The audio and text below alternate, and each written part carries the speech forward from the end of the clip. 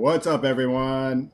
Welcome to another Live to Roll Tuesday afternoon hangout with Tom and Bobby. As you can see, we're one man down, one man down. We kicked Shawn out of Live to Roll. We took over the channel. We said, enough is enough. He does, So here we are. He decided yeah, to move to Switzerland. He's not going to be a part of. No, just kidding. he doesn't contribute enough. We just feel like, you know, this is what it has to be. But no, all serious, we're wishing Shawn and the boys, the quad crew out there in Switzerland, representing Southern California, Mike DeYoung, Kyle, all those guys. So wish them the best of luck out there. Yeah, shout out to the Northridge Knights representing in Switzerland, Yeah. which is pretty incredible and Are pretty they, amazing. did they go Uh, as Northridge Knights? Do you know? Is it as? I don't know. That's what I always call them because like that's just like the OG rugby team. I don't know if that's like the name that they still rep, but it is the rugby crew here in Southern California, and they're awesome. And I don't know. It's just really impressive. I can't wait to hear back from Shawn. About the experience. Like I can only imagine how the body feels after 12 hours of air travel, and then to be in hotels and playing rugby and like doing athletic competition after all that and in the midst of it all. I mean, it's impressive. They're impressive individuals, and yeah, I'm just excited to hear about it. But yes, wishing them very well. Bobby, you got to introduce yourself, my friend. I will. I will. Well, I can't wait for today's topic, though, Tom. So, I am Bobby Rohan. I'm a C5, C6 quadriplegic, Southern California. Been injured too many years to want to say it again. So, I'll lead it over to my friend Tom, just Mr. Um, Mr. T Fizzle. What's up, everybody? Tom Conaway, C6B quadriplegic. Feeling like Bobby. Too many years, don't want to repeat it, but I'll say it anyways. 26, 26 long, wonderful years of living this beautiful life, along with some SEI. But that's what we're talking about today. I know it says Q&A. I really do encourage anybody that feels inclined to toss us some questions. If you just want to bring up topics on things you may be dealing with, currently in your life, as it relates to disability, we are more than happy to dive on in, just talk about it, share our experiences with it, and maybe some advice. But on the top of that, we were talking about just kind of general tips and advice for living with SCI. Bobby sent me an article. Yeah, Uh, let me explain it a little more, if yeah, you don't mind, Tom. So I'm a big advocate, and if you don't have this, or you don't at least get online and look at newmobilitymagazine.com and check out the articles of it's our like kind of what would you call it, Tom?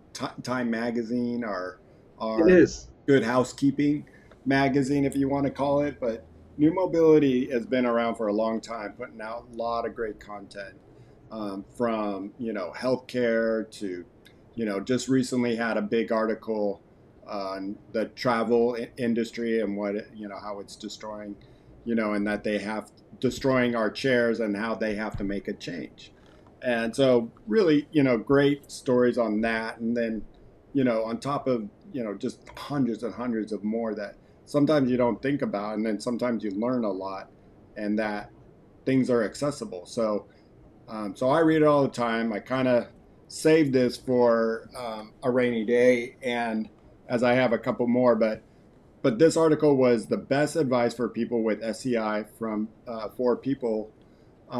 people with SCI.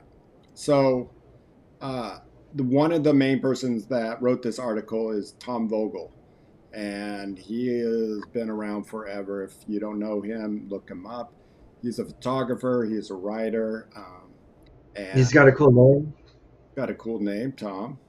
And so definitely look him up and look at a lot of his articles. I definitely always look to see if he has one each month, and if he does, I kind of dive into it. So I got into, this one article and sent it to Tom. So just thought like it was kind of neat where they were giving out advice and they had six kind of questions: the best advice received, the best advice given, best advice for dealing with doctors, and then staying healthy, best advice for the hard times, and then best SCI related financial advice. And I know here at Live to Roll, and we have brought up a lot of these, but we can dive in a little bit and we can get personal about some of the ones that we have, and would love to hear if you have any on any of these topics. And first, we can go into best advice received. Yeah, and before that, just to like kind of reiterate what you said too, I found New Mobility magazine early early in my SCI life. I was like a teenager on my laptop, just like Googling around, like trying to find information in regards to like school and moving out and independent living and just like SCI related stuff because I didn't have much of a community growing up. I was like pretty isolated, not so much like from people, but just like from the SCI community. So, and I still had like that hunger to try to connect and try to learn.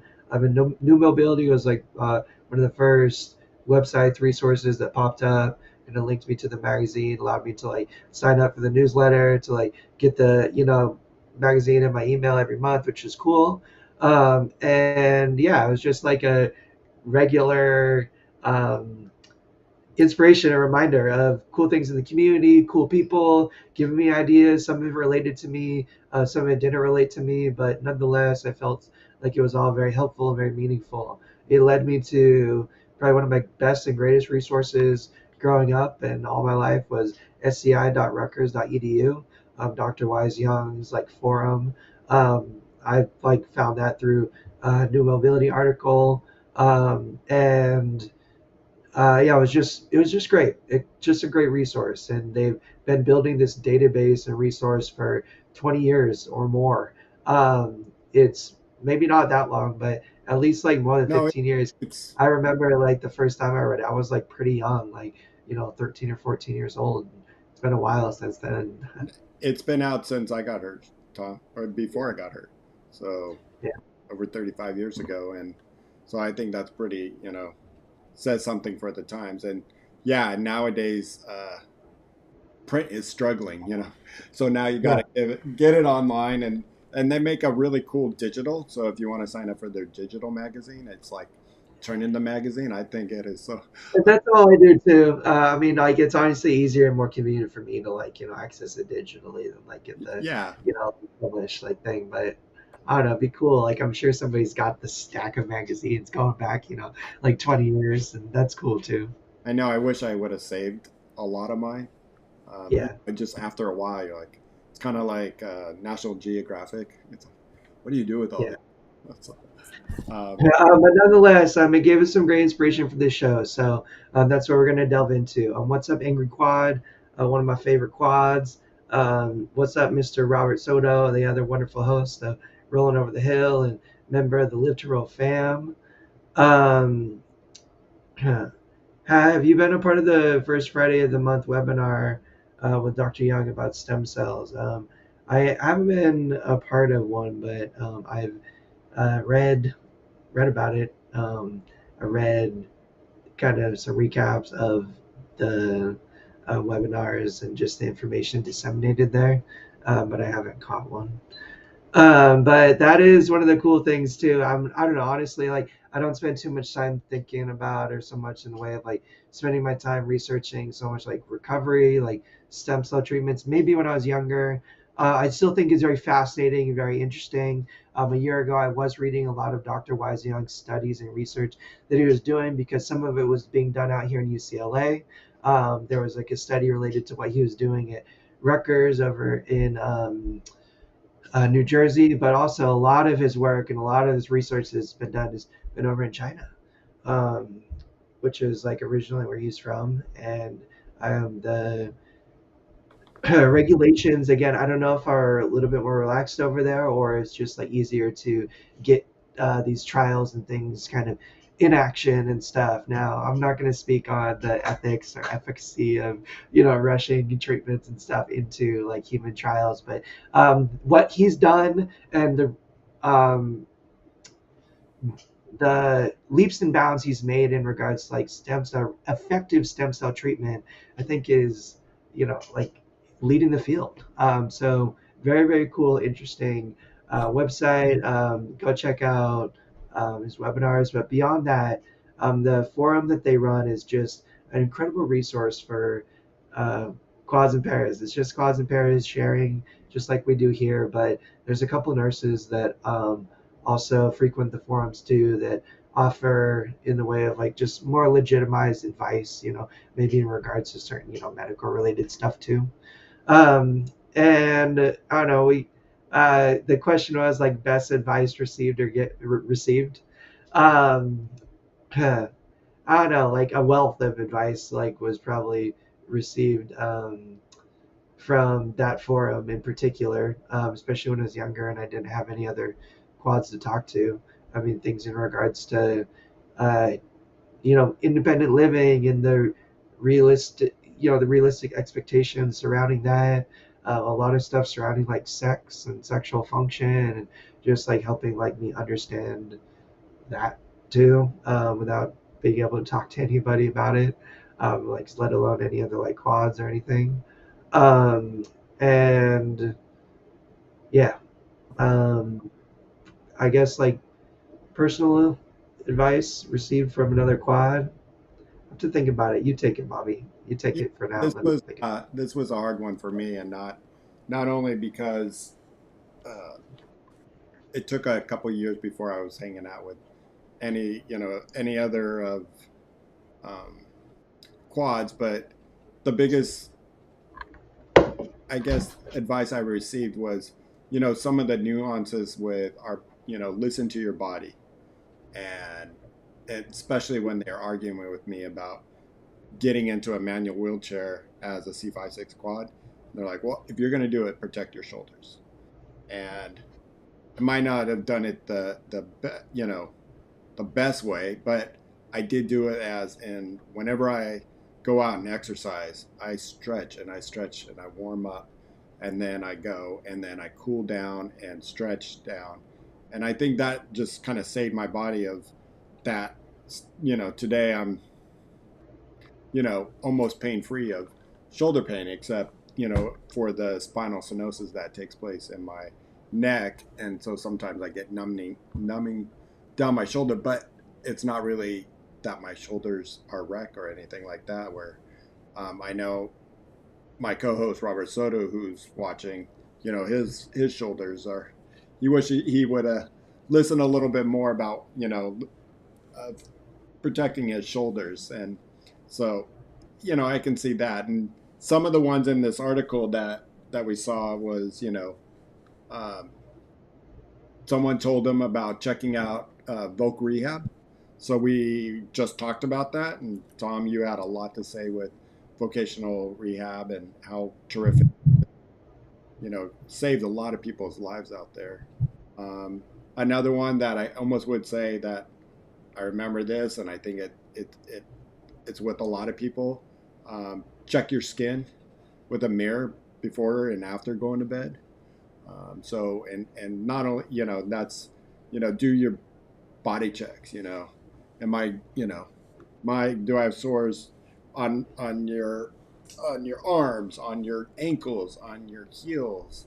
I got a little thing going on right here on my back, and it's from digging into the You don't want to end up like me and Bobby with yeah. our little I got a cuts. little one going on my back. So, you want to check your skin and you want to be the one to discover it, not, not anybody else. So, and then, let's see here, advocacy, looking into advocacy. Um, I don't know if I received this advice from another quad, or if it was garnered from a book or a movie or something that I was, reading or consuming in my adolescence. Um, don't get lost in the what ifs.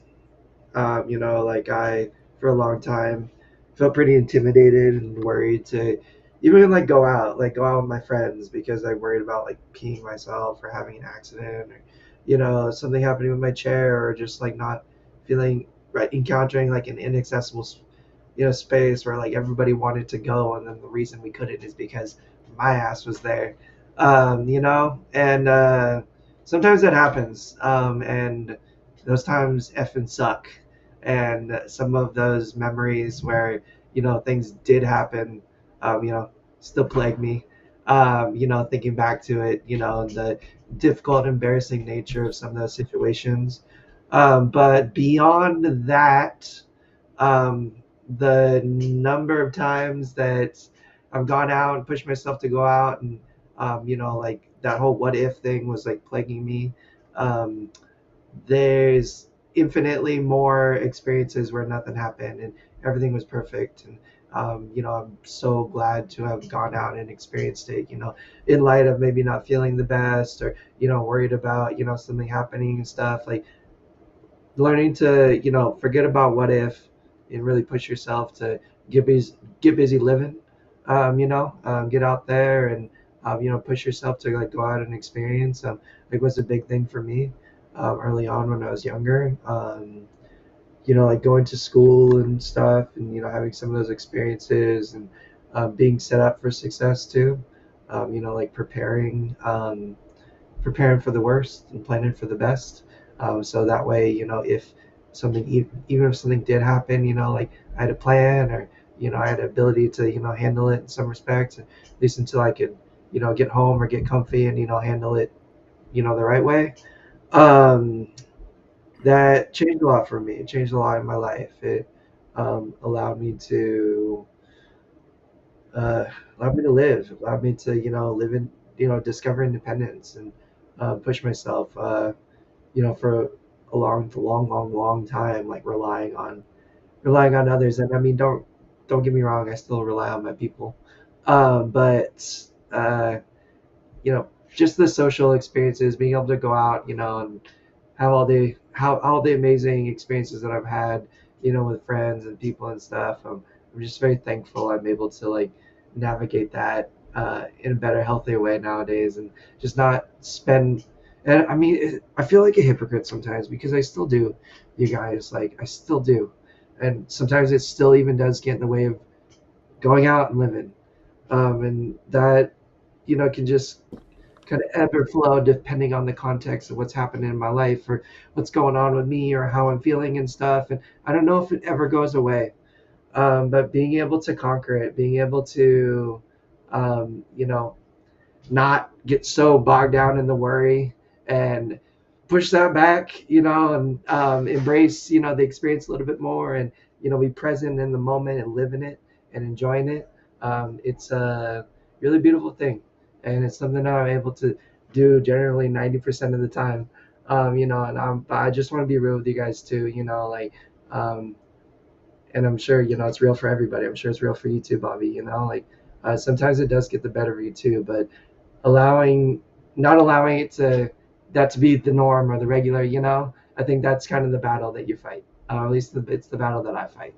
And just to touch on what my mama said too, yes, I was gonna say it when Bobby was talking about that. If you don't got a mirror, if it's hard for you to use a mirror, or something like that, just have your caregivers make sure to check your body too. I mean, like, if you don't expressly, tell them always like, hey, roll me over and look at my skin. Make sure like, are there any red marks or anything?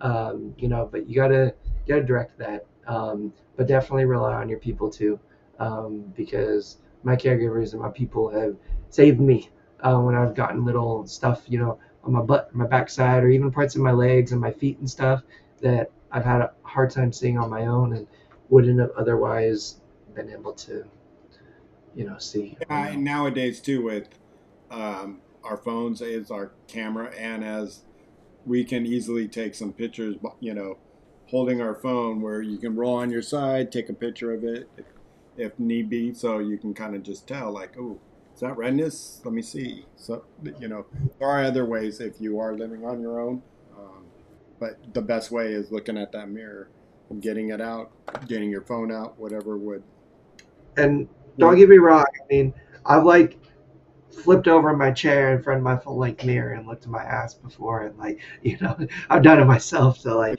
because beautiful. sometimes you have to. Um, Beautiful ass, Tom. I know. Thank you, Bobby. I appreciate you.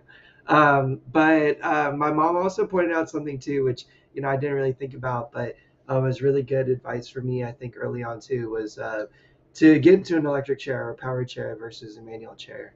I still look at Bobby and Shawn with some envy sometimes, and their mobility and their function, and kind of like the sporty small nature of like manual chair.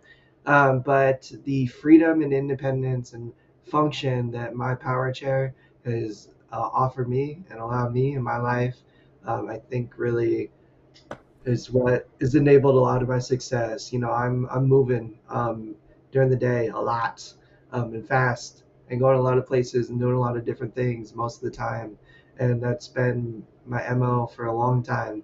Like even in school and stuff, like being able to participate and play and be on the playground and like participating, I think, in ways that I would have otherwise really struggled or maybe felt a little like, outcast or ostracized because of the limiting nature of a manual chair. I did always have a manual chair growing up, though, that I could get into. Whether it was like my mom bringing it to school or, that was just like what I was going to rock that day because it was going to allow me to be a little bit more, accessible, getting into places with a few steps and stuff. So I was just very fortunate and lucky enough to have both.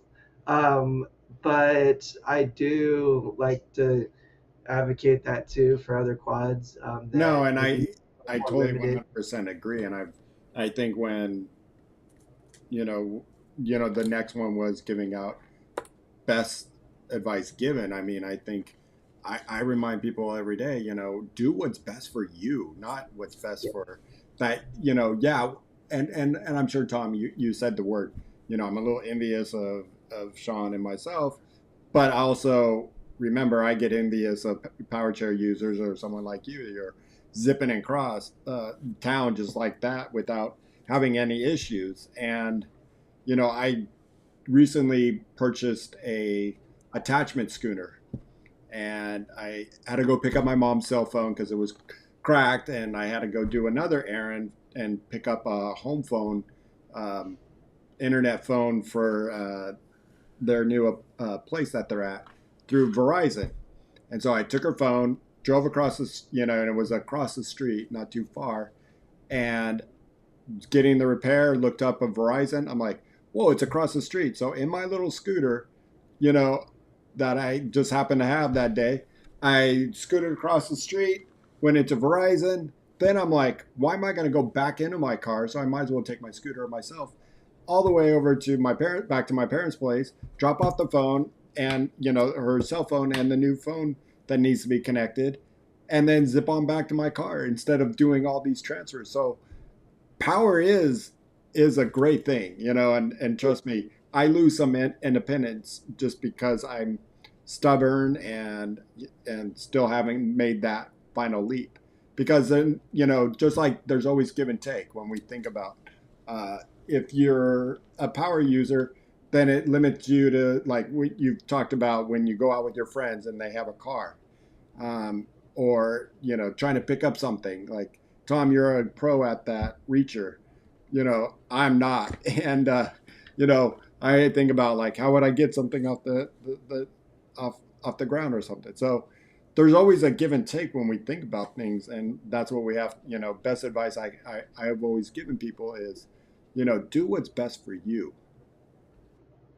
yeah, yeah, absolutely. And like Roberts just said too, like, what about using both power and manual? And like there's even the gray in between of like power assisted manual chairs, which are becoming a lot more common thing now. Not just even for quads, but for pairs too, who want to protect their shoulders and like definitely could use and deserve an assist. Getting around like longer distances and longer rolls. Um, but the big thing that has changed in the last decade that doesn't allow you to necessarily have both is the healthcare system no longer supports you getting a manual chair and a power chair. I'm not trying to be greedy, saying like, give me two wheelchairs when there's some people out there that don't even have one. But it is, I think, unfortunate too in that regard that the healthcare system doesn't support and promote that, because there are certainly situations and instances where it is just so awesome to have both and to be able to hop in your manual chair for half the day when you like want to go out to a certain area or onto a beach or just something where it's just like better to have that, and organizations and stuff like Triumph Foundation are great in like providing loaner manual chairs, or even like donated chairs and stuff to individuals too, to allow them to have a second chair. And there are options out there, but um, let's get back on track with some of these topics, Bobby. Well, yeah, I mean, so I mean, but you're kind of in the right direction. So our second one was best advice given, and I think we can go on all day with this, right? I mean, I'd say the number one on the Live Troll show that thinks that is like first thing that pops into my head is what we say all the time: find your community. Find your people. that It's yeah. a daunting and scary world to navigate alone. And it just so happens that there's an amazing community of welcoming, lovely, supportive, inspiring people that want you to be a part of it. So I would say that that is the biggest. And technology, the beautiful world we're living in today, makes that easier than ever to connect with individuals and to find a community, first online and then hopefully in person too. Because let me tell you, like, it's one thing connecting online and stuff, and it can be great. And I mean, I love, love, love what Live to Roll does and being able to like offer this connection and this community to gather and meet every week. But my favorite thing in the world is, being at the Abilities Expos or being at, events and stuff and meeting you guys in person, and seeing people and members of the community in person too, because it's a very special, motivating, powerful thing, that's, I think, good for you. And that's a great because what is the when we always talk about when did things finally start clicking with you? It's like when I met another, hung out with more people in wheelchairs, things start clicking a lot easier than when you're not connecting with the community. And it's okay, I mean, I know you hear a lot like we get some parents that come to support groups and they're like, oh yeah, my son or my daughter or my husband, they would they don't want to be around anybody in a chair, and it's like, yeah, you're just missing out on so much that you can the opportunities that are out there that people can tell you about, that I get still like, oh my god, that's out there, you know let's do it. Like, how can I get access to that? So it's I can relate to it a little bit because I was that for a time, like, especially growing up. Like, I don't know, I felt I was isolated, but I had my friends and my people in my community that was just like all my able-bodied people. And I don't know, like I would see other people in chairs sometimes and almost like avoid eye contact or look at them like side eye, like almost like if I engaged or something, it would put put me more in the group with them versus like this other group that I found. There's like just no other disabled people, and now that sounds kind of messed up and weird. And trust me, it was like a messed up and weird way of thinking. I wasn't malicious or rude or anything. It was almost just like it's just an identity thing. I don't know what it was when I was younger, and I did get involved in some stuff. Like I went to some wheelchair tennis matches, and there's this awesome guy, Jeff, in my hometown that was a para that I talked to very regularly and stuff. But I did at first feel just a little weird, kind of delving into the community. and But how I think it's maybe like accepting my disabilities still, and like that's a big part of it is like it can be scary and overwhelming going around and being around a bunch of people in chairs and stuff when you're still struggling with acceptance too. I think, you know, I never went through it so much early on in my injury because I was too young to even really understand and accept. So like the acceptance and understanding of like my disability and my life and stuff that came later. It came years later for me, and that was, I think, part of it. It's like seeing the community, seeing like how awesome and amazing people were. Like I was just kind of so in my own little bubble, like with my support, my mom and my dad and my brother, and my sister, and my friends.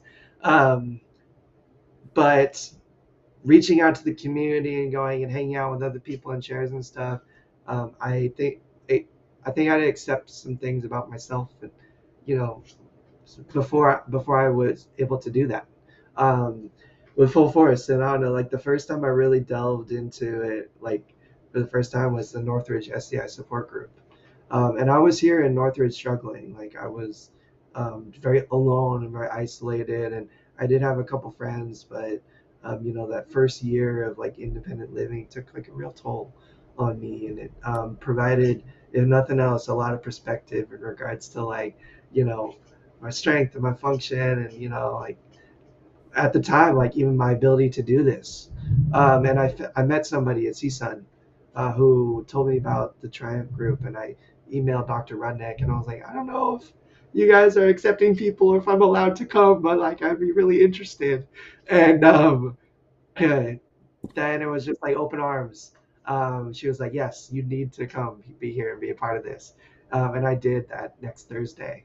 And I met Andrew, and I found the community, and like the strength that's like given and provided for me. It's enabled and allowed me to tackle this independent living thing for the last decade, and do it successfully, and not and do it even not always without struggle, but I think without a lot more struggle than I would have faced having done it alone, or maybe even failing, having like tried to do it alone. And the sense of acceptance and self and security and strength that I found too, from my community, I think is really amazing and special and powerful too. Um, that I really wish I would have, been tapping into maybe like for the last 20 years instead of the last like 10. But nonetheless, I'm thankful and grateful for, the community that I found when I did. And, it was the right time that, it's supposed to happen. But that was, I think, definitely just getting back to it. It's the best advice I can give anybody.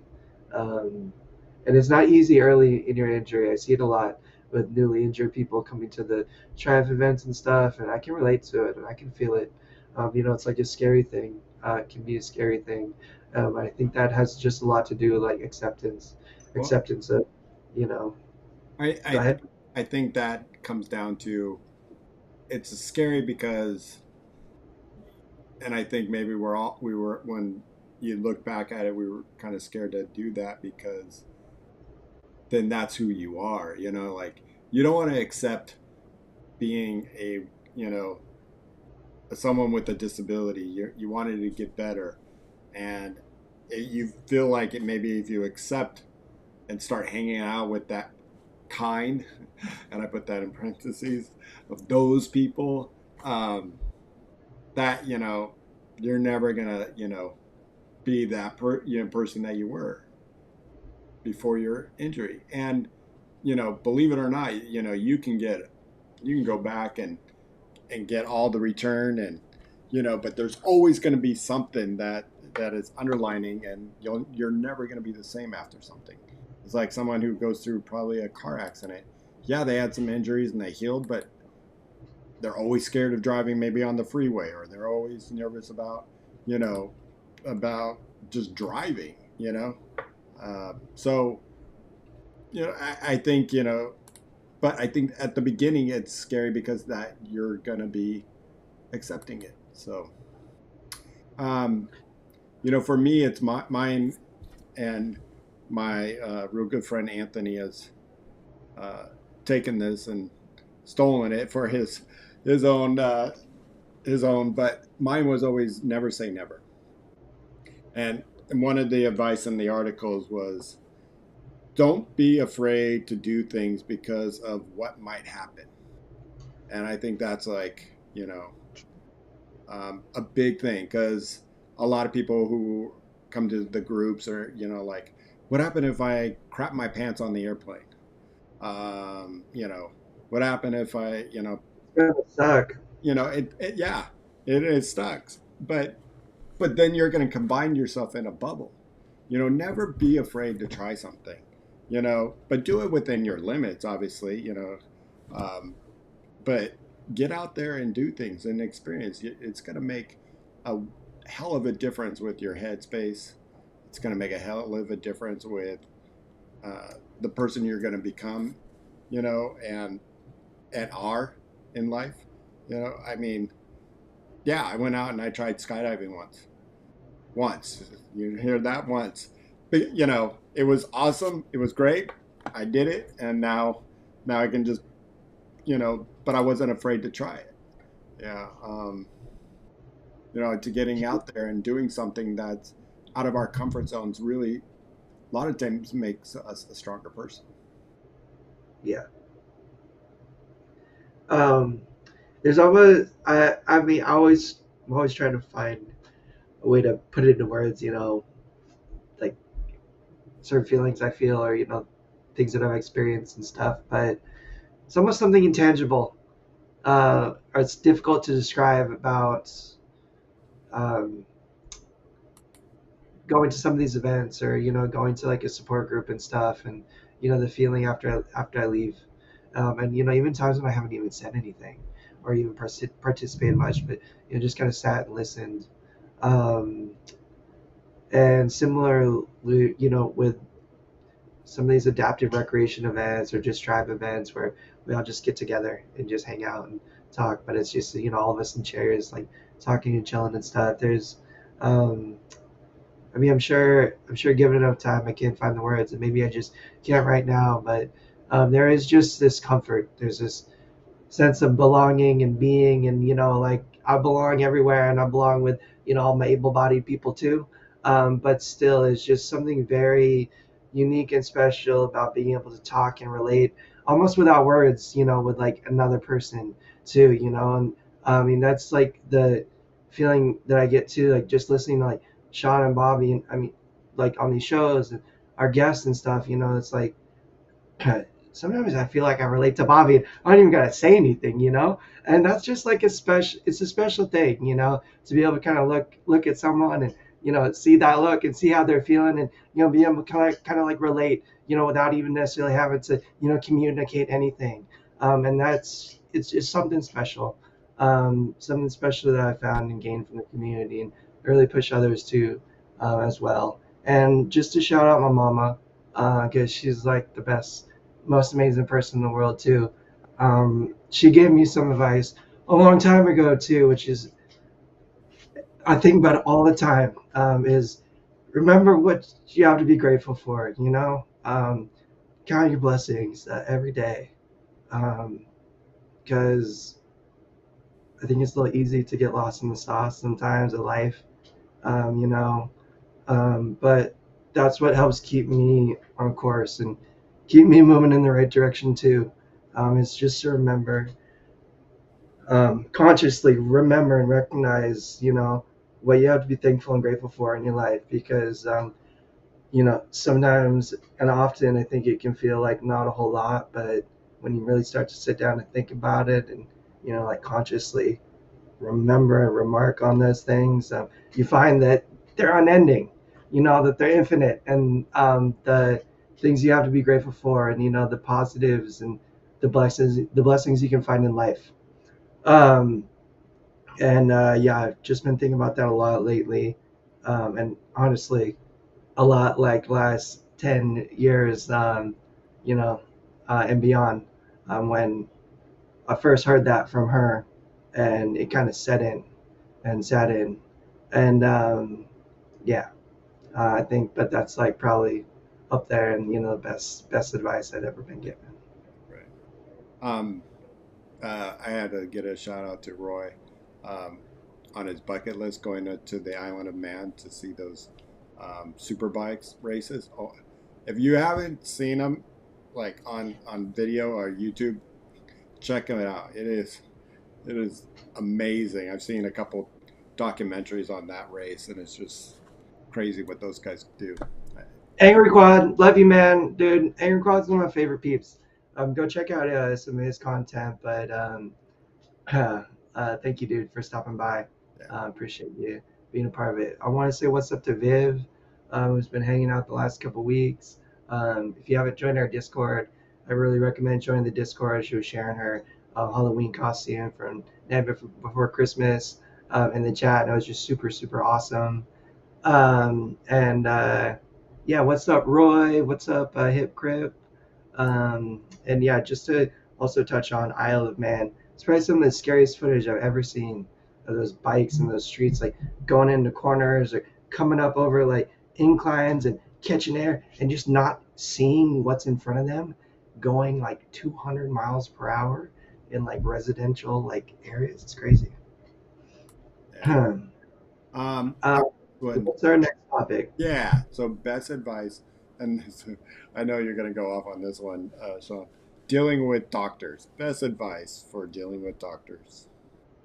Oh yeah, I'm gonna go off on this one. Um, Doctors are hard these days, you guys. I think it's just the way the health. About say that again. I think it was Oh, cut. it's only going to get worse. Um, I have hope for the future. I hope that's not the case, but I very much think, at least for the near term, that is much, more likely to be the case. Here's where you have to, where you can really institute and bring about some real meaningful change in this in regards to at least your personal experience with doctors and stuff, and that's learning how to advocate for yourself. And You got a right to healthcare and the right kind of healthcare and the right kind of healthcare professionals. And the way the insurance has it is that they don't want you to necessarily know that, but it's your right, and you just gotta unfortunately fight for it. Now, so let me just break this down. Um, Spinal cord injury is tough. It's a chronic condition. It's something that even if you do regain certain level of function, it's likely going to be with you for the rest of your life, affecting you in some way, shape, or form. So having a good team of doctors is essential to maintaining your health and growing and aging and continuing to be successful and healthy into the future. It's not one doctor. It's not um, your PCP, your primary care physician. It's not the specialist that you see to help with your urologist or bowel care, skin doctors, or anything like that. Or it's not just your pain management people. It's this whole team of people that is going to help you succeed. Now, managing that team and getting the right team members on it, that's really tough. It can be really super, super hard. I'd say for spinal cord injury, um, especially long, like maybe a few years into your injury, if you don't have one of these doctors, it's called a um, P. It's right here. PMNR, which is a pain management and rehabilitation specialist. Or no, I'm getting that wrong. Yeah. Physical medicine and rehabilitation. I always mix up P. It's just the same. PM, pain management, physical medicine, but it's physical medicine and rehabilitation specialist. Now, there are only a few hundred of these doctors that graduate every year, so they're a little far and few in between. There's only a few in the Southern California area, so it can be really difficult to get one, and that's true for most people in most areas of the U.S. So if you find yourself having a hard time finding this kind of doctor, um, it's the nature of it. Just because it's hard, it took me 3 years to get to my current PM&R, Dr. Bodakian at Cal Rehab. And he, I don't know, like I hesitate to say this too lately, but I feel like he's already helped change my life. Just in terms of feeling like I have a really awesome team member on my side that has already shown and demonstrated his willingness and ability to like network and talk with my other doctors and my insurance and my healthcare management team to help, ensure and take care of me and make ensure that I'm getting what I needed, but also in helping me understand my disability. Even after 26 years, like I like to think and I thought that I had a pretty good idea and understanding of my condition and how to go about moving forward in the best way to best prevent issues and maintain my health. But the last few years has been a real like lesson in like humbleness and humility in that regard. Aging with disability, we've talked about a lot this last year specifically, is a whole another behemoth. And understanding your body is a continuous and ongoing thing. Like it doesn't stop ever. It's constantly changing, and thus your knowledge and understanding of your constantly changing body is, you know, essential. So, finding this doctor, um, who is a physical medicine and rehabilitation specialist. I just trying to see him once every 6 months. It seems to be okay with my insurance. I have to get a prescription from my primary care physician to even go see this guy, because like it's got to be approved every time by my insurance and stuff. But again, like I found a way to navigate it, and I found a way, and you can find a way too. But really comes down to educating yourself and advocating for yourself, knowing who you need to see, and then making sure that the dang healthcare system provides.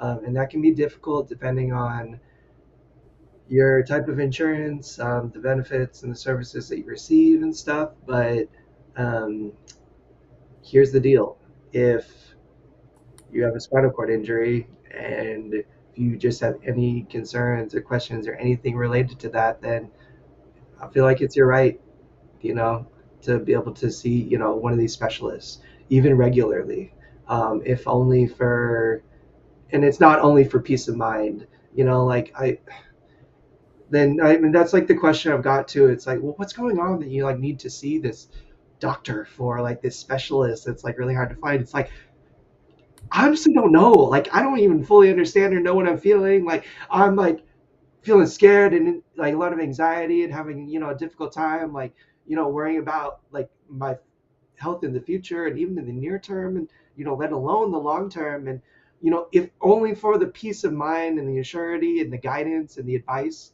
that I might be able to offer, that's the reason enough right there. And that is how you ensure like preventative healthcare measures and stuff, is to you know talk and have these conversations, and try to learn and understand and know what's going on with your body before things get off the rail.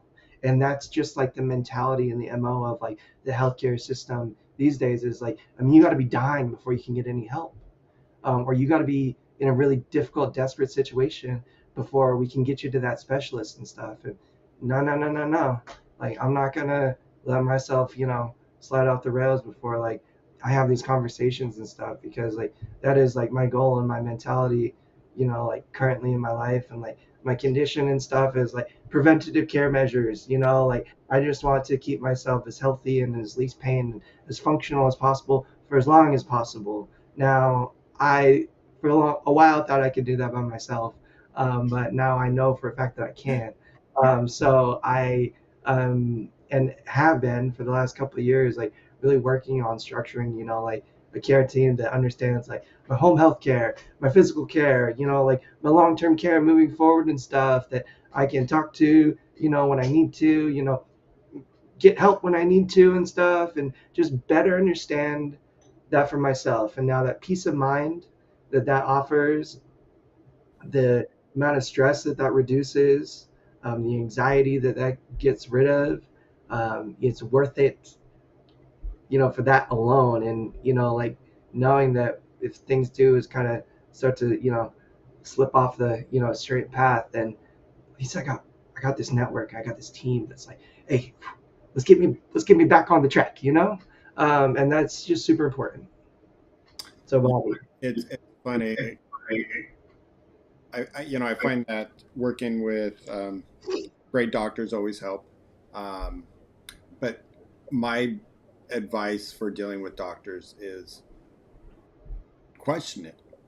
Don't accept it. And be truthful and be on top of things. You are your own advocate, and so many people these days are do not become. Some do, some are great at it, and some are probably way over the top. But you have to be your own advocate and really fight for yourself, and don't let them drive the train. You drive the train. And so when things are going on with you, like you said, Tom, make sure you're on top of it. and ask questions and what's going on with me, when you do find that right doctor. And it's so funny. I found the right doctor. But now she's just become my like general doctor for most things. I do have a nephrologist for my spinal cord. Is that right? So I was just, Neurologist, yeah. Neurologist is also another very common spinal cord yeah, injury doctor.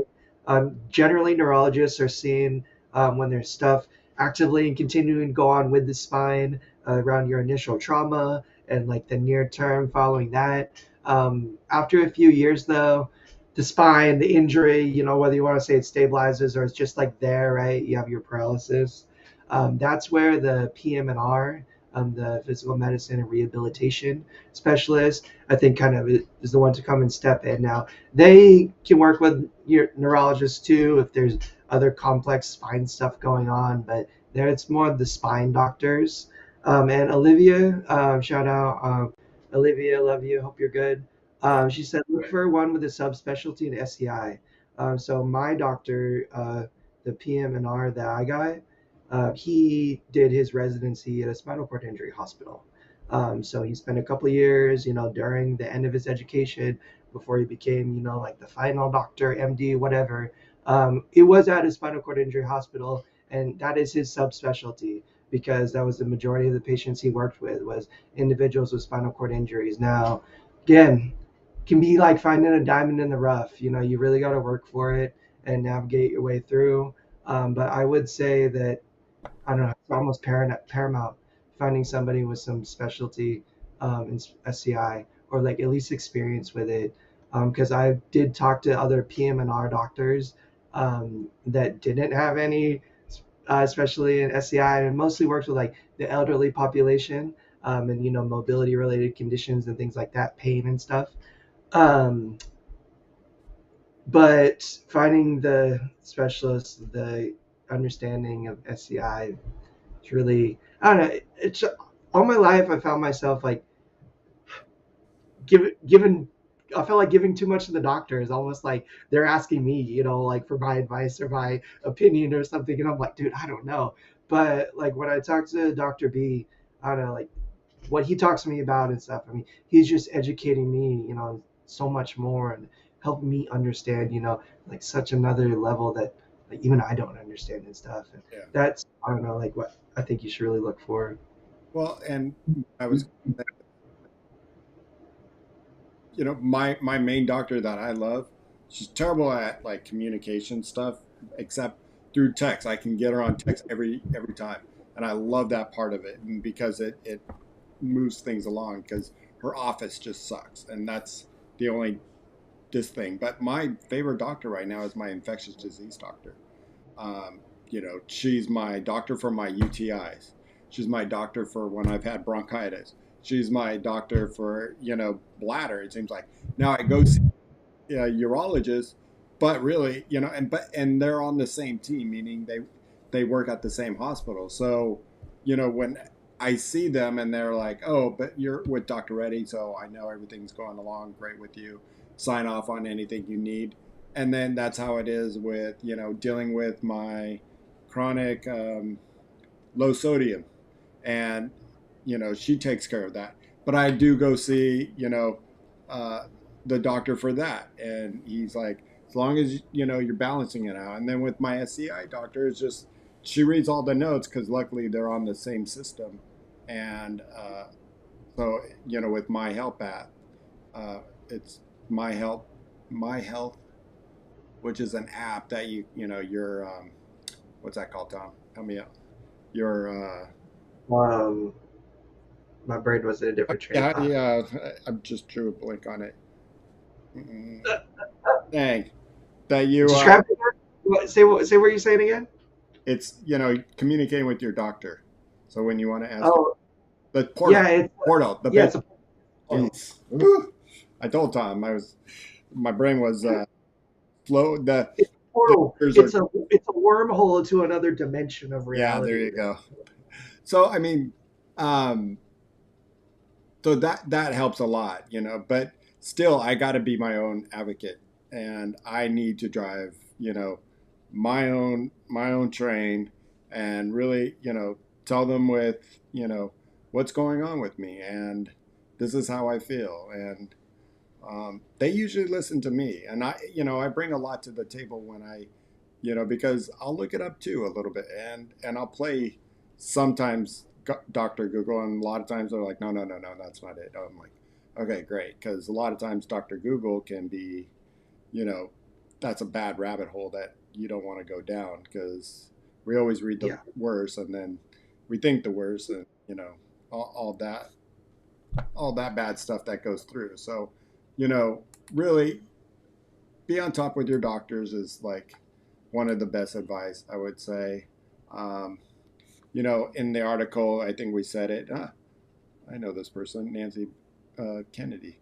I've known her for a long time, but she says, look for doctors that works collaboratively with your team. And when you find one, hang on to them. So definitely that's what I found. I found that this person was with this person. Okay, they're all working with Dr. Reddy, who I told you is my infectious disease doctor. And Yeah. that's, my cardiologist works with Dr. Reddy. And it's like, okay, you know. So now when I get to the hospital, I just say, I've been to the ER a couple times lately, and just say, call Dr. Reddy. And they're like, oh, you're okay. And the two hospitals that are close to me, you know, I I, I know right away that they rather have Dr. Reddy handle this, and she's been a doctor with me for a long time. So We're ready with Dr. Reddy. yeah, Sorry, just had so to yeah, say that. you know, Uh, Roy made another really good point, which I think is probably some of the better advice you can have. Too is take detailed notes. I always go into doctor's appointment with notes written, meaning like points that I will make sure I want to talk about and miss. As crazy it might sound, like I don't know, I've gotten into doctor's appointments sometimes, like like you just get lost in conversation or lost in talking about like other things, and then like the time is done so quick. They can only give you so much time, and then you forgot to talk about something. Like I always go in like pretty, at least with like the few of the main points that like I want to make sure I cover, get some answers on, get some advice on. Like just like talk about for sure. But also like take notes while you're in the doctor's office too, just so that after your appointment you can reference and know and understand. Um, I think it's just paramount to having a record too, like you can reference for futures doctor's appointments. And I don't know, like sometimes like I'm dealing with stuff, like we're talking over years here, being able to look back at records, even on notes on like how you're feeling and like what's going on with whatever you're going to see the doctor about and stuff can be really helpful to you, helpful to your doctors in the future. And yeah, and what's up, Mr. Wheels? um, yeah, Shawn, Only you know what's best for you and what works. Until you don't, I did have that mentality for a long time, and I still do to a certain extent. Like you're your own best doctor, and I think you're your own best caretaker because you're the one that has to go home and take all of this advice and do what you need to do to continue to make yourself healthy and get healthy. That is absolutely your responsibility. But I don't know. I've just found as as smart as I thought I was, and as much as I think I know, what's that quote? Like, the more I know, the more I realize how little I actually know. And like I really freaking felt that the last couple of years when it comes to like navigating my health and navigating my disability. And I'm just very fortunate to have found the doctors and found like the healthcare team that I can feel, a little bit better moving forward, a little bit more confident moving forward, like I'm still leading the boat. I'm still steering the boat, in regards to like, my health and stuff. But, I'm grateful and thankful to have found some good people that I trust that I feel like are on my team and have my best interests and health at heart, moving forward. yeah. So, But also, one thing I can say about dealing with doctors, and I just kind of got a hint from the article, but go in there with knowing about, and this might be hard, but knowing exactly what dysreflexia is if that's what you have. And so you can fully explain it, just like a lot of times say, well, it's when low blood pressure happens to me, and then, I can pass out or I get a bad headache, whatever your dysreflexia is. Go in there with more detail so a doctor who doesn't know what dysreflexia is, they can really like look at it and understand it. So, have Yeah. like maybe a little booklet, setting it up a little booklet for yourself, and giving it out. Like here's a pamphlet, and this is SCI. If you need to read up on it, if you can't find that doctor, because you know I think it was Hypocrite that says, he drives 70 miles to go see his doctors. Some people don't even have that luxury, or some people it might be double or triple that because they're in such rural areas. So, have pamphlets that you can have ready for others to read about who you are and what's really going on, and some of the, especially when you get into my age and all the little stuff that's happened, the history of yourself. So, know your history. The History of You, the Bobby Rohan You don't want to biography. know. Not not good. um, and I do just keep shouting out some awesome people in our Yeah, chat. What's up, Shawn? Quickie Mickey. Love you, Mickey. Thanks for stopping by. We had Beans Qwerty in the yeah, chat earlier. I want to shout you out. Kicking it with Robin Terra. Love you guys. And also our friend, What Mr. Wheels Thinks. Please click on that little username right there, that profile icon, and go check out his YouTube channel too after this video. He does an awesome show every week, and is an awesome guy, and does a lot of cool streaming on Twitch too. Same tag, What Mr. Wheels Thinks. He's a great friend of the show. He was on I think a month back, maybe a couple weeks before that. And yeah, just awesome friend and awesome human being. So go show him some love too. And what's up, Quad Life? Do you want to try to speed run one or two more of these little topics before we get off? I know you usually have your class at 5. yeah. We're halfway done. So, and this one's kind of goes along with dealing with your doctors, is best advice for staying healthy. Um, and I think that's the thing that we talk about on this show so much. And what I always just say is, move. Move as much as you can, and find and Sarab's not with us today. He's usually in the chat, Mister. Hell Wheels, where you at? Uh, I tell him like, movement is more better for your body than picking up those weights and keep re-injuring yourself, because he's had a lot of injuries and spinal issues and back issues. And I'm saying, but you don't have to get out there and grab the 5 pounds or grab the 10 pounds. It's all about the movement you do. As long as your body's moving, it's going to make you feel so much better in the day. So find a program that works for you, if it's online or with a group of people. you know Staying healthy, Move, moving. move in ways that make you feel good. Meaning, like, get yourself up and dressed and in your chair, whatever mobility aid or none, and get outside. Get some vitamin D if the sun's shining, or bundle up and walk to your favorite coffee spot and reward yourself a little, like um, cheese Danish and a little coffee or something. Don't do that every day, maybe, because like that's the other part of like health is like nutrition, putting good things in your body versus bad things. As somebody that loves to put bad things in my body, it there's a balance.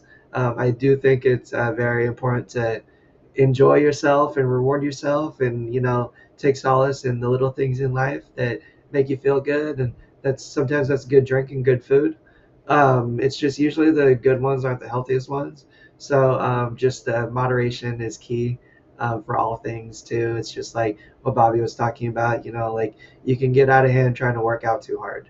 Like movement is good, but moving too much isn't good. Like exercising is good, but exercising too hard isn't good, because you can hurt yourself and end up more debilitated and stuff. So it's moderation is important when it comes to this stuff. get out and get that cheeseburger, dude. Double bacon, extra cheese. But don't do that 4 times a week. Like, reward yourself on Friday or something. I Like, def- uh, I but can handle that. like, you just can't do that all day. Um, Roy says, keep clean. I Mm. think that's important. Good, great one too. Not only keep yourself clean, keep your space clean. Like I think it could be one of the biggest signs of, being not in a healthy space is literally not being in a healthy space, by, having a lot of clutter or have a lot of stuff around or, just not really taking care of yourself or cleaning up after yourself. And I mean, I say this too, knowing how effing hard it is, you guys.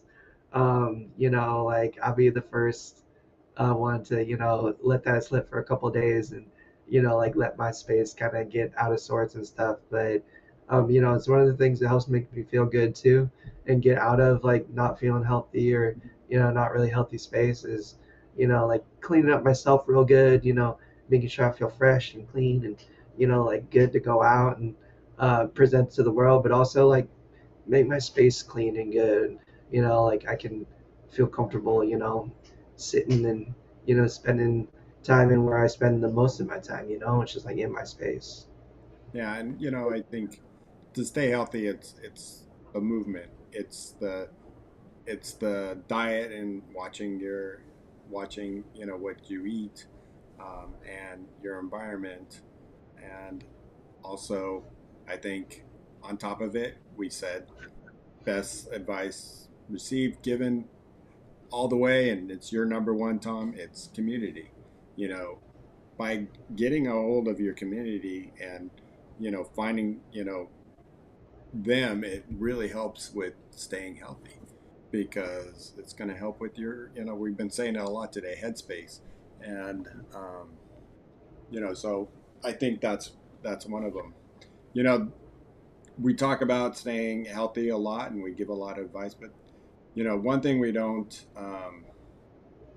we need to talk about it more sometimes is that best advice for hard times. you know we talk about it some, but obviously this lifestyle isn't easy with after having an injury. I don't care if you're a quad, para, vent, quad, incomplete, complete, Asia B, C, D, A. It doesn't matter. I mean, there's always something happening. There's always some kind of complication, and so advice for hard times. And not only is it body, but it's also head, and it's also soul, and it's also motivation. Um, and I think the best advice I have for that is, reaching out to people, and because you're not alone. And when you talk to people about certain things, a lot of pain. I'm always in pain. There's somebody that's going to know how to steer you right. If it's about just having a hard time dealing with your injury, there's somebody that's had the same and gotten through it. And I don't care if you're also hurt the first year or the 34th year. um, you know some days is tough, and allow yourself to have a bad day, but not to have it every day. Yeah, I think that's important. Um, I've struggled, I've struggled all my life with mental health to a certain degree. Um, a lot of uh, a lot of people see my my mentality, which is like positivity, um, and I am that person. It's not a lie. I mean, it's definitely who I am. But I struggle a lot on my own too, and I have for much of my life. Um, and it ebbs and flows, like in finance, like the market's going up, right? But sometimes it has to correct, and like the price has got to fall, and life is that same way. Like, um, you know, sometimes it's something that triggers it for me. It can be, a lot of times it's related to my disability. Um, Something could happen, something, a sore or bladder thing or something that starts to debilitate me. Starts to affect my ability to function independently. Causes a lot of pain. Maybe it's just pain that's, my struggle at that time. Um, Sometimes it's just the nature of the disability too, the difficult nature of it. You know, I live life a mile a minute, going in 100 different directions all at the same time, and I like it and I love that. But the limiting nature of the world can really fuck with me and affect me. The inaccessible nature of the world. Um, I the unease of certain things, the unease of being able to travel, of being able to do simple things, whether it's like, uh, you know, sometimes it can be hard to even spend time with somebody you love, because of the debilitating nature of, pain and disability and stuff sometimes. And it's a constant battle for me, even in between, these shows and the weeks that, I go on these lives and stuff, like I promise I'm not a hypocrite, but, sometimes like the camera turns off and I'm like alone in my apartment and, I feel it. Um, how do I stay healthy with it all? It's a lot of different things. Um, yeah, I talk to my people about it, as much as I can. Sometimes even that's hard too. I go into this like turtle mode where I don't want to talk to anybody. I think that's like, just a defense mechanism or response of, some of these hard feelings is to just like shut down and shelter and, like nothing can hurt me if I, don't open myself up to anything, right? Um, I'm very lucky to have some really awesome people in my life too that, see when I'm off and check in with me and, try to help make sure I'm good and I'm okay. Um, Sometimes I turn my life into a little bit of an algorithm, like I create a system for things and that, um, I even if it's hard, even if like it doesn't feel good, I know if I do it, it's gonna lead to me feeling better. So sometimes like that's what I'll do is like, okay, like I gotta get up, I gotta get dressed, I gotta wash my face, I gotta brush my teeth, I gotta eat a little granola bar, even if I'm not hungry, sip of my coffee, go out, spend a few minutes outside, getting some fresh air, getting some sunshine and stuff. Um, it can be the hardest thing to do in the world, and it is for me some days. But having that routine and that system that like I mean, it's just what I got to do, even when I'm not feeling it. Like I still do it, and that does lead to me feeling better. It does lead to like physiological change in my body that allows like my mental change to occur too. You know, um, Sometimes it sounds silly. I'll just like wear the smile, when I'm not feeling it, and then all of a sudden I am feeling it, um, like some, and again, I don't know if I making sense here, but, um, and again, I promise I'm not like being disingenuous or like I'm lying. If like, I'm just putting a smile on my face and inside I'm really hurting and really having a hard time, I'm not lying, like it's genuine. But, um, but doing that, consciously doing that, like consciously making that decision to like try to do that even when you're not feeling it, it does help me and it can help like bring about change too.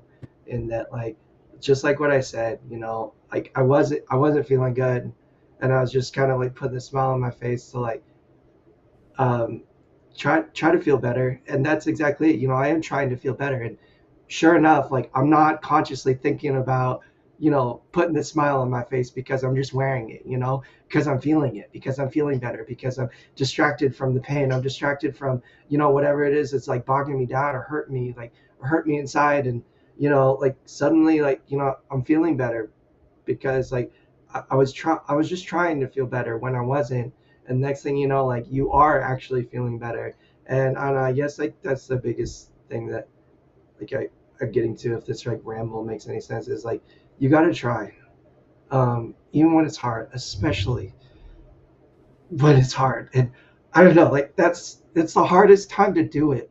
And I fail a lot of times too.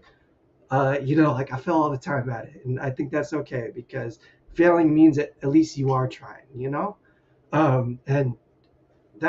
mean, that's it. Like that is the crux of it.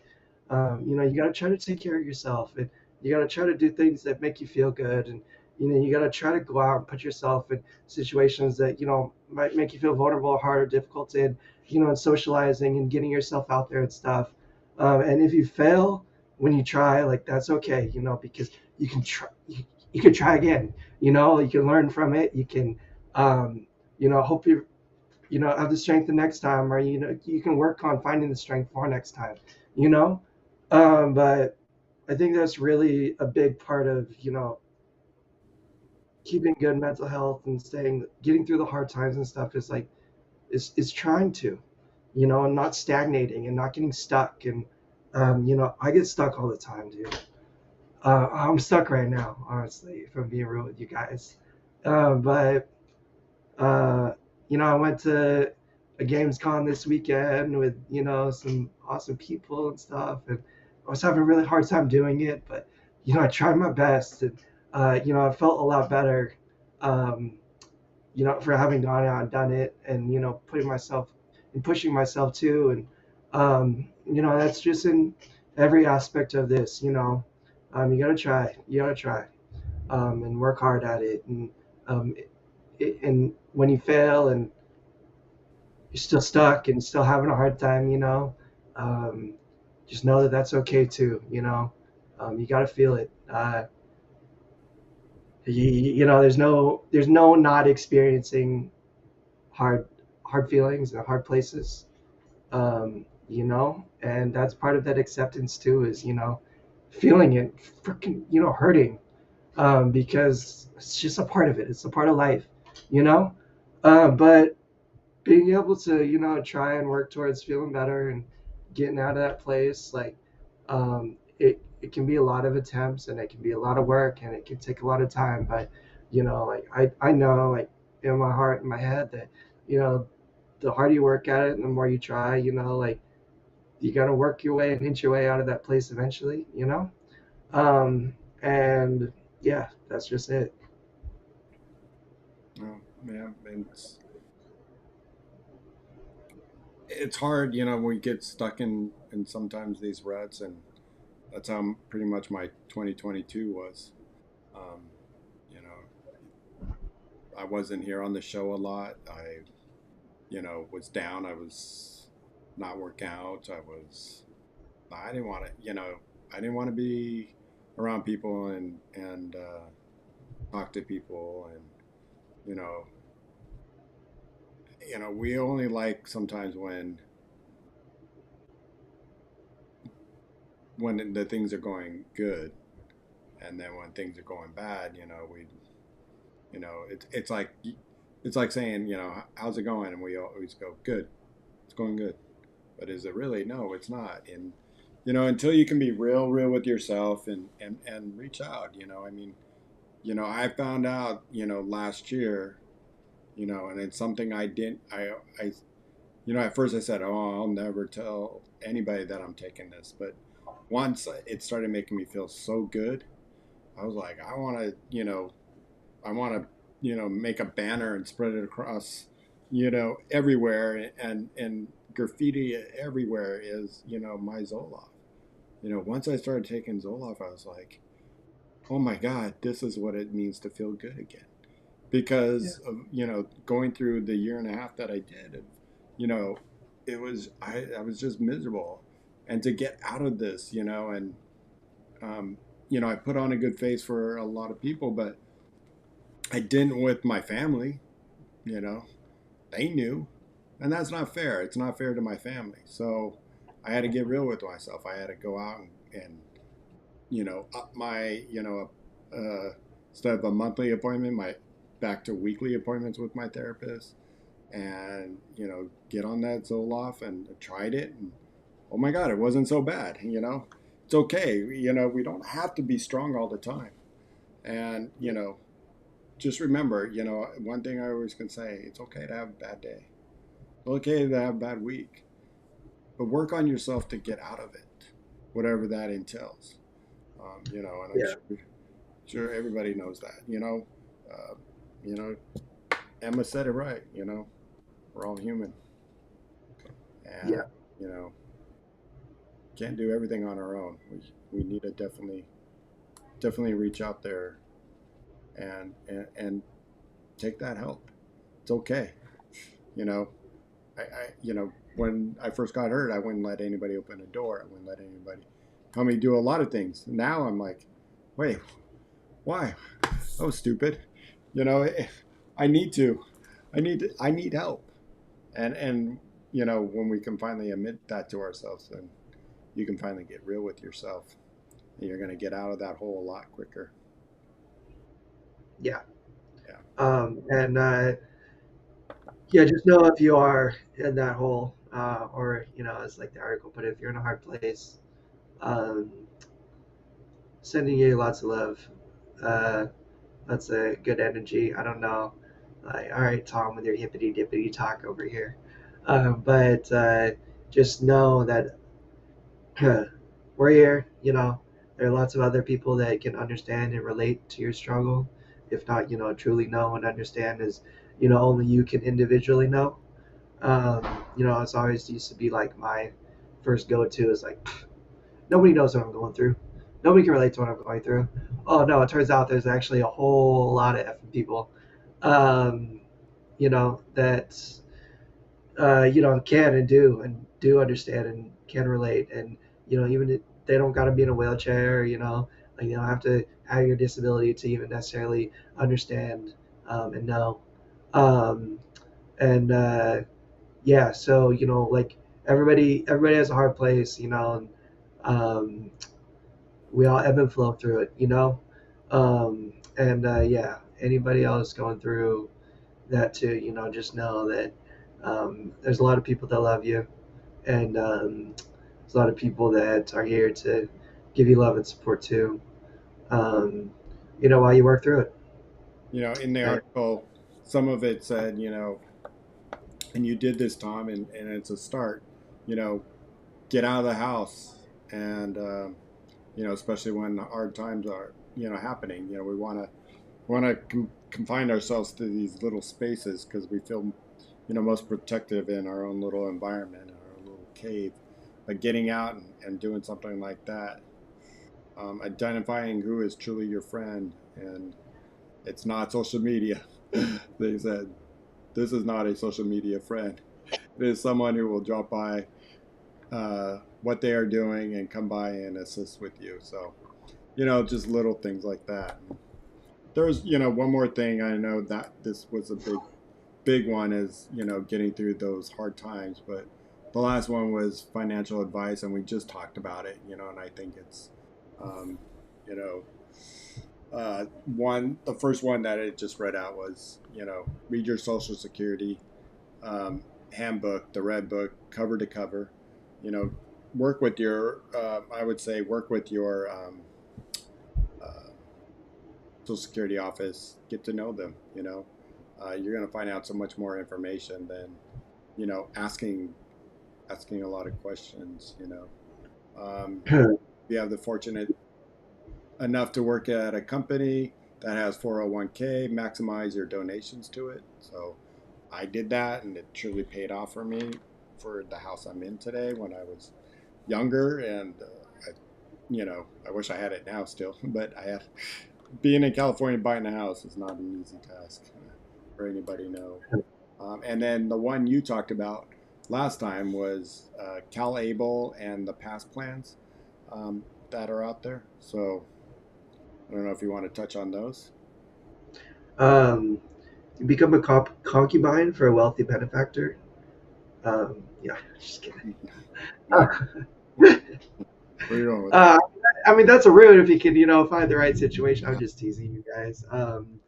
No, we did talk about this a lot recently on the disability employment awareness episode. There's a lot of opportunity for vocational rehab, meaning like support and getting training to get back to work. Um, I really highly suggest and recommend educating oneself, even if that's all it ends up being for you. Um, the workplace can be an accessible place. It's just comes down to, I think, finding a good situation for yourself, finding a good workplace, being able to advocate for yourself, knowing and understanding that's okay to, ask for reasonable accommodations to enable you to be successful in the workplace. There's lots of opportunities nowadays to save money if you have a disability via the CalAble account that just was mentioned. And yeah, money, money, money. Money, I truly believe, is the bane of all evil in this world. I try to keep and separate myself from it as much as I can outside of the utility that it, is a necessity of our society and culture. I'm a little bit hedonistic, I like to enjoy the finer things in life, and that in its very nature does require money. So, you gotta be a part of the machine to, enjoy the finer things in life. And hypocrites, sexual fantasies are for another day. Apparently not. Here we go.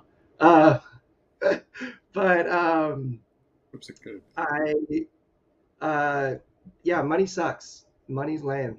It sucks that it costs so much to be disabled. It's not fair that the social systems that exist don't support us enough to um, get out from these social services, and at the same time, like make it still even difficult to live and survive.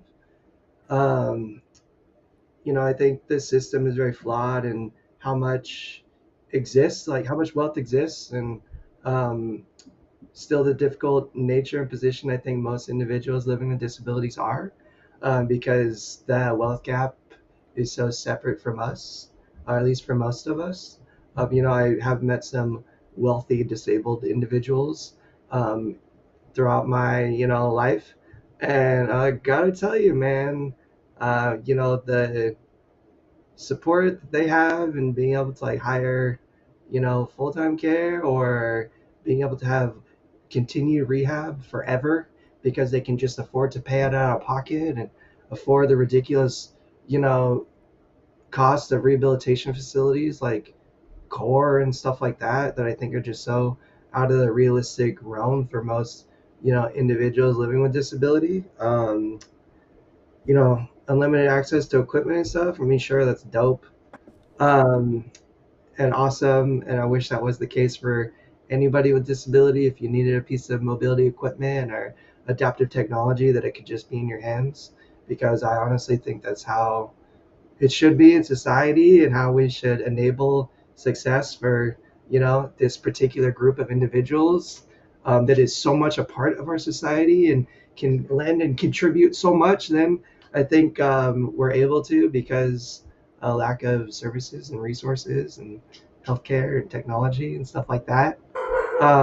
Something that I'm excited to continue to talk about and work on for the remainder of my life, is to try to help bring more awareness to the necessity of this, in our societies to better protect um, the financial well-being of disabled individuals, provide better opportunities to contribute more equally in society, and I think to the great benefit of everybody. Because um, I don't know, we just talked about a lot on the show. I think there's so much more we can offer and educate and bring to everybody into our world and contribute to our world. But um, we're not always set up, I think, to do that, or at least like provided the same opportunity as like an able-bodied person to contribute as equally and as meaningfully to culture and society. And many do. Many disabled individuals do, and that isn't like um, a barrier for everybody. but I know it is a barrier for some. Like I think about this all the time. Stephen Hawking, the longest surviving individual with ALS, one of the most debilitating, scary conditions, that exists. Um, he lived longer than any other individual in history with that disability. Why was that? Because he was provided endless support and rehabilitation for his entire life until the disability progressed too far and it just became too much. But what did we get into return for supporting and enabling this individual to be successful and to be functional and be able to contribute to society? He changed our understanding of the universe that we lived in. He offered knowledge, and his efforts and the work that he, you know, was able to one do in the first place because of the support that he was given helped us, humanity, change our understanding of not just the world or the planet that we live on, but the universe that we live in. Now, how many other individuals out there have the same potential but are not provided the same opportunity? I would argue that it is in great abundance, and there are many of them out there.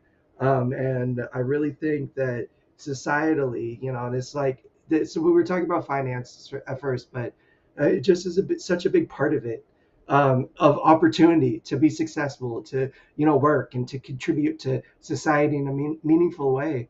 Um, is to be provided that support, that opportunity. And I hope that we can do better for generations in the future, because I just know that there are so many individuals that just probably have so much to lend and offer to the world, and that don't necessarily always get the opportunity to do so. I think we can be so much better in working towards providing that, because we certainly have the means to do so.